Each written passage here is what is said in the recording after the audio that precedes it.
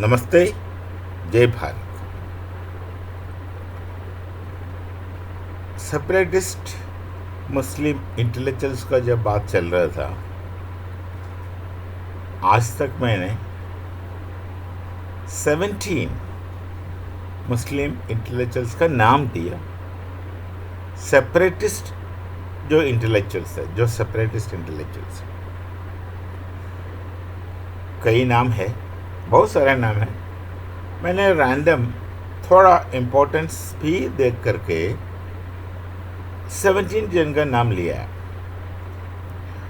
पर एक बात मैं तो बताया नहीं अभी तक, जितना भी नाम मैंने निकाला वो सब पाकिस्तानी हिस्टोरिकल सोर्सेस से है। तो स्वाभाविक रूप से पाकिस्तान में इनको काफ़ी हद तक हीरो मानते हैं। सही मानता है, हीरो मानते हैं, बुद्धिजीवी मानते हैं। थे तो इंटेलेक्चुअल्स, चिंतक थे, थिंकर्स थे। पर एक भारतीय परिप्रेक्ष्य और भारतीय पर्सपेक्टिव तो मैंने कभी दिया ही नहीं। हमने तो सेपरेटिस्ट इंटेलेक्चुअल्स का बात किया, पर बाकी मुसलमान का तो जिक्र किया ही नहीं।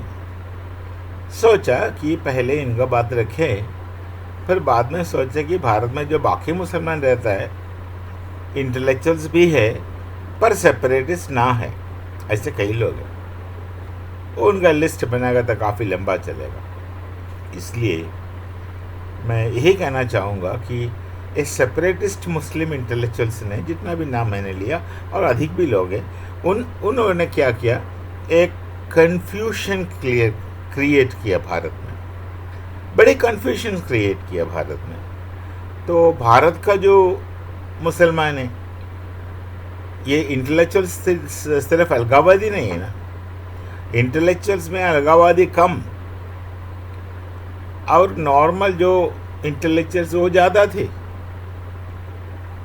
पर जो सेपरेटिस्ट इंटेलेक्चुअल्स ने इतना कन्फ्यूशन क्रिएट किया through their writings and speeches, other activities वगैरह, इतना कन्फ्यूशंस क्रिएट किया।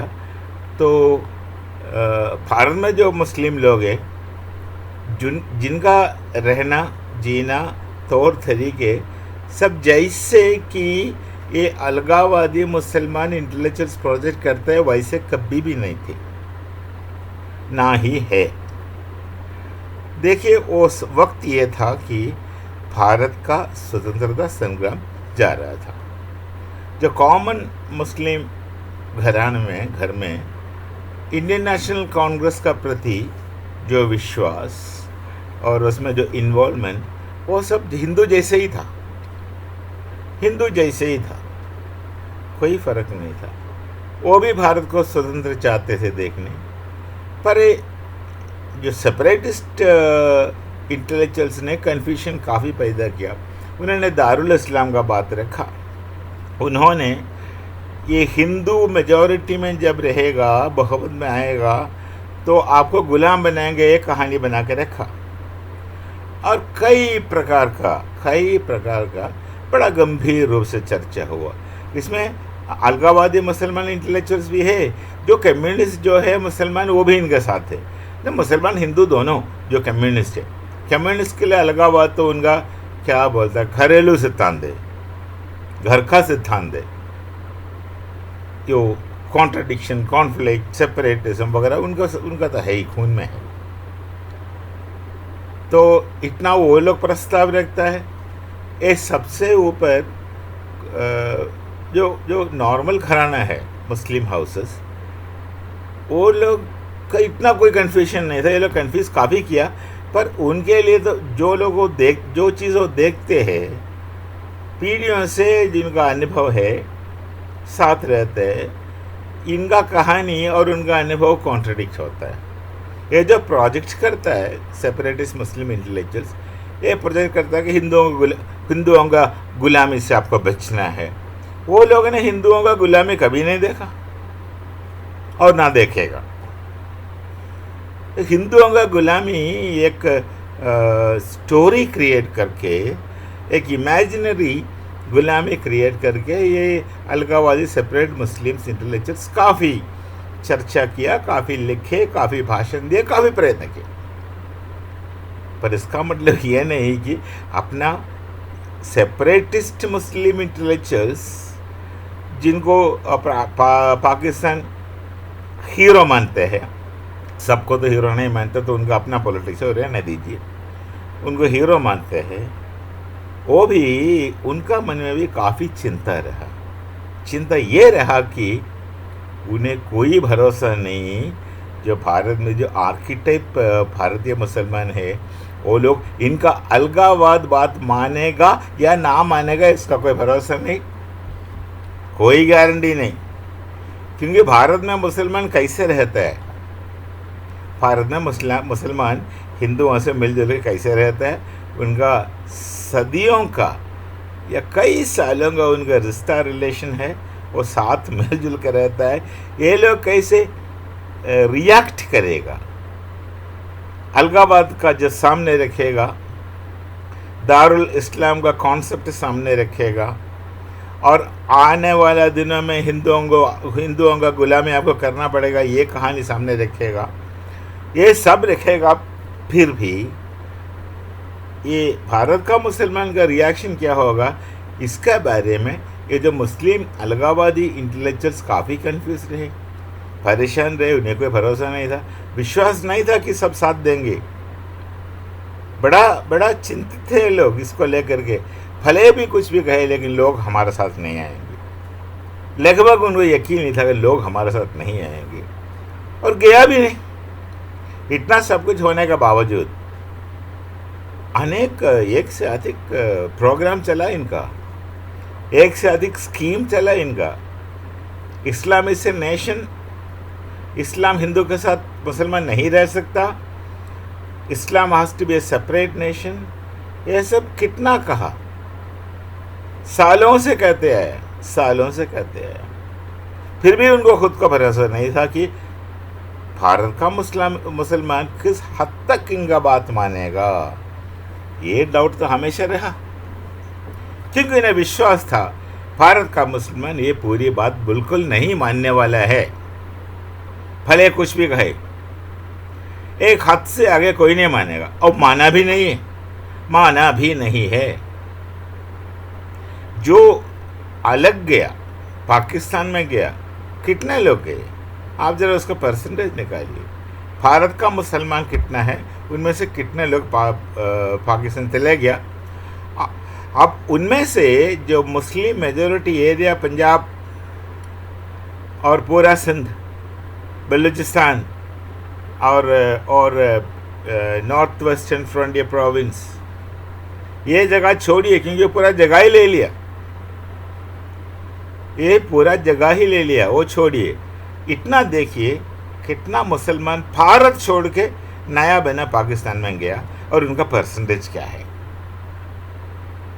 जो लोग गया है उस समय, उनका आज का स्थिति देखो, आज का हाल देखो, और जो लोग नहीं गया उनका आज का स्थिति देखो। आंखें खोल कर देखो भाई। यदि आपका समझ में नहीं आया तो नमस्कार,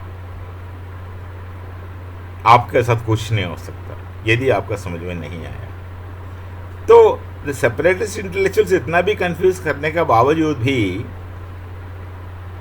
भड़के नहीं भारत का मुसलमान, बहुत कम लोग भड़के। उसका एक उदाहरण देता हूँ, आज एक एग्जाम्पल देता हूँ, और ऐसे कई एग्जाम्पल मैं आने वाले वीडियो में दे देंगे, छोटा छोटा करके, धीरे धीरे धीरे। देखिए, एक कन्फ्यूजन ज़्यादा रहा सेपरेटिस्ट मुस्लिम इंटेलेक्चुअल्स में, उसमें एक और लोग नेशनलिस्ट मुसलमान है भारत में, भारतीय मुसलमान, उनके लिए कोई कन्फ्यूजन नहीं था, उनके लिए तो सब क्लियर था। उन्हें भारत का प्रति विश्वास था, भारत का प्रति विश्वास था, हिंदुओं का विश्वास छोड़िए, उन्हें भारत पर विश्वास था। उन्हें भारत छोड़ने का कोई विचार ही नहीं था, चिंता ही नहीं था, गया भी नहीं। बहुत कम लोग यहाँ से गया, आप पॉपुलेशन देखेगा तो। और जो मुसलमान इलाका था पूरा पाकिस्तान के साथ हुआ, बांग्लादेश के साथ हुआ, वो तो 1905 का डिवीज़न है, साथ हुआ। वो तो वहाँ जो रहता है वो उसमें ऑटोमेटिकली फंस गया, चाह के नहीं गया। चाह के कितने लोग, चाह करके कितने लोग पाकिस्तान गया भारत से, जरा हो सके तो उसका आप निकालिए। फिल्म इंडस्ट्री मुंबई से कितने लोग गए, कई लोग गए। फिल्म इंडस्ट्री मुंबई से कितने लोग गए पाकिस्तान जब अलग हुआ, और कितने लोग पाकिस्तान का फिल्म इंडस्ट्री मुंबई में बसे, आपका सामने है, आपका सामने। मैं नाम नहीं लेना चाहता हूं उनका, आपका सामने है। तो ये भारत का जो मुसलमान थे, भारतीय मुसलमान, उनका मन में कोई चिंता नहीं, तो उन्हें तो पक्का पता हमें यही रहना है, चाहे पाकिस्तान बनाओ या नूरिस्तान बनाओ, हम तो नहीं जाने वाला कहीं घर छोड़ करके। क्योंकि घर में मेरा पड़ोसी राम सिंह भी है, सामने किशन जी रहता है, और ख़ानदानी रिलेशन है हम लोगों का। ना कभी किशन जी और राम सिंह से हमारा कोई कभी झगड़ा हुआ नहीं, हम लोग साथ रहते हैं, और ना बाद में भी हुआ, बंटवारे का बाद में भी कोई एक भारतीय मुसलमान को पकड़ के ये नहीं बोला कि भाई मुसलमान तो पाकिस्तान चले जाओ, तुम यहाँ क्यों रहते हो। इतना नहीं हुआ, प्रतिक्रिया हुआ होगा, रिएक्शंस होंगे, वो बात नहीं है। एक थॉट स्ट्रक्चर में ऐसे विचार कभी नहीं फैला। तो भारतीय मुसलमान तो साफ थे, क्लियर थे, और कन्फ्यूजन उनके ज़्यादा था।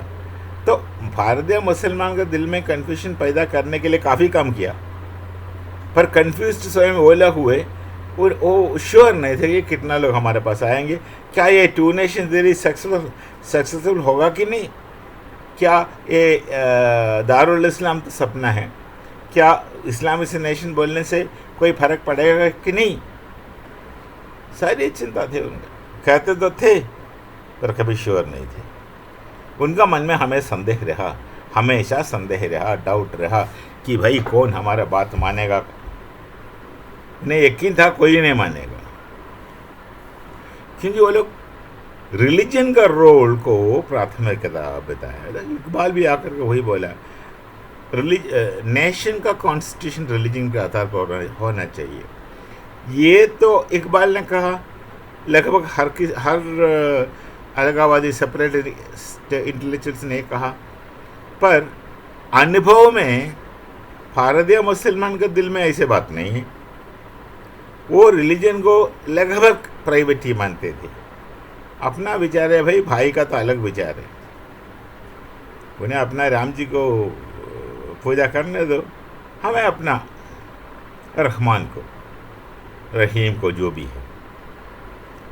तो रिलीजन का आधार पर एक नेशन बनाना, इस पर भारत का मुसलमान इतना विश्वास नहीं किया, पूरा किया ही नहीं है।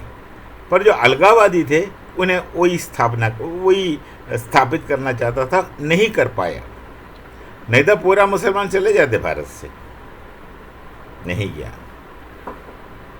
तो वो दारुल इस्लाम वाला बात इतना नहीं चला भारतीय मुसलमान के दिल में, और कन्फ्यूशंस और उनका सेपरेटिस्ट इंटेलिजेंस का ये भय था, वो डरते थे कि भाई हमारे साथ कोई नहीं आएगा, यदि हम टू नेशन बनाए, पाकिस्तान बनाए, कितना मुसलमान भारत से जाएगा, इतना कोई नहीं गया भी, जाएगा नहीं, गया भी।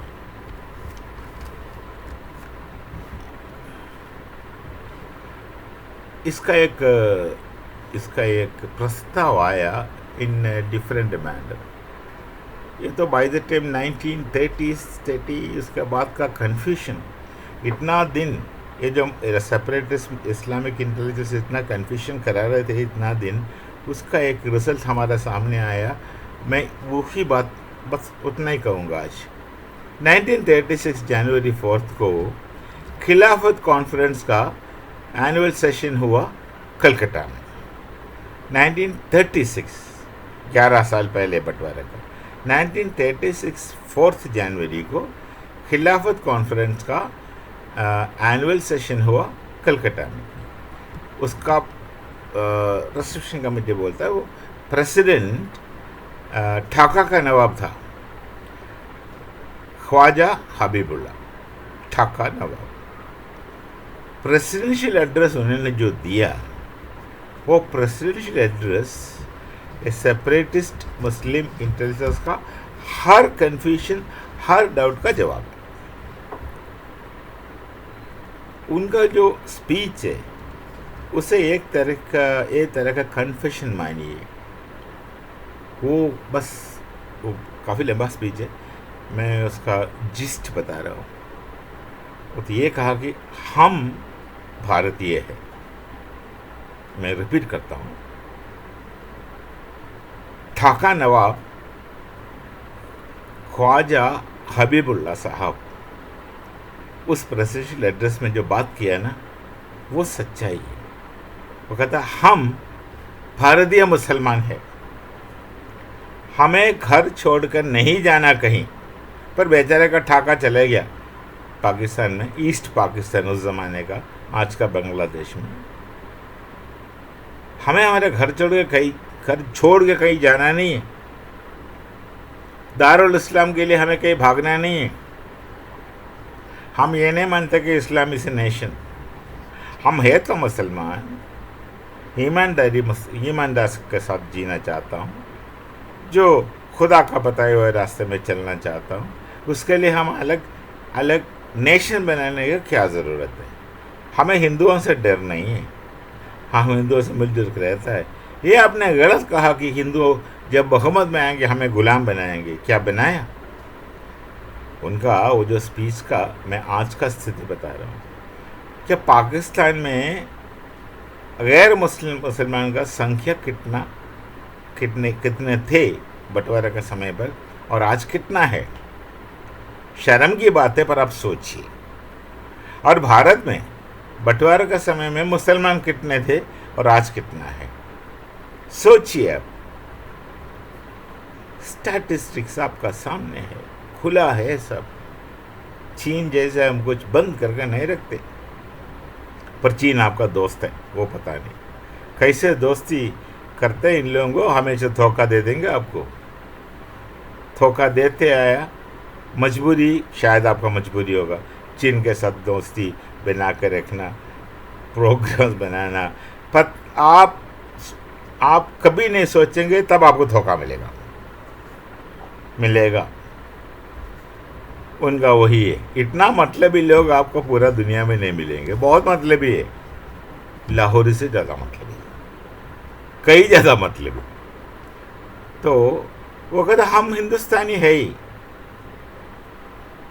हमें कहीं नहीं जाना। हाँ, फिर हमें क्या चाहिए? मुसलमान का अपना जगह है, अपना कुछ स्थान होना चाहिए, अपना कुछ क्या बोलते हक होना चाहिए, अपना कुछ ये होना चाहिए। मतलब सीधा बात है। हमें छोटा नहीं समझा, बराबर का हिस्सा। अरे वो तो पहले भी देता हूँ, आज भी देता हूँ, बस वही मांगा उन्होंने। हमें हमारी जगह चाहिए। अरे जगह कौन लिया आपका? आपका जगह ले लो, बहुत अच्छा है, पर ज़्यादा मत ले लो, तब भी अच्छा है। हमारा जगह लेने ना आ जाओ भाई। आज का यही स्थिति है। आज का यहाँ का मुसलमान सही रहता है, उनको अपना जगह है, अपना इज्जत है, अब जो चाहे कर सकता है। कोई मुल्ला उसको ये नहीं कहेंगे हम फतवा निकालेंगे तुम्हारे विरोध में यदि मेरा बात नहीं मानेगा तो, क्योंकि मैं आपका खुदा का रिप्रेजेंट करता हूँ। आपको तो पता नहीं किताबों में क्या लिखा, पर हमें पता है।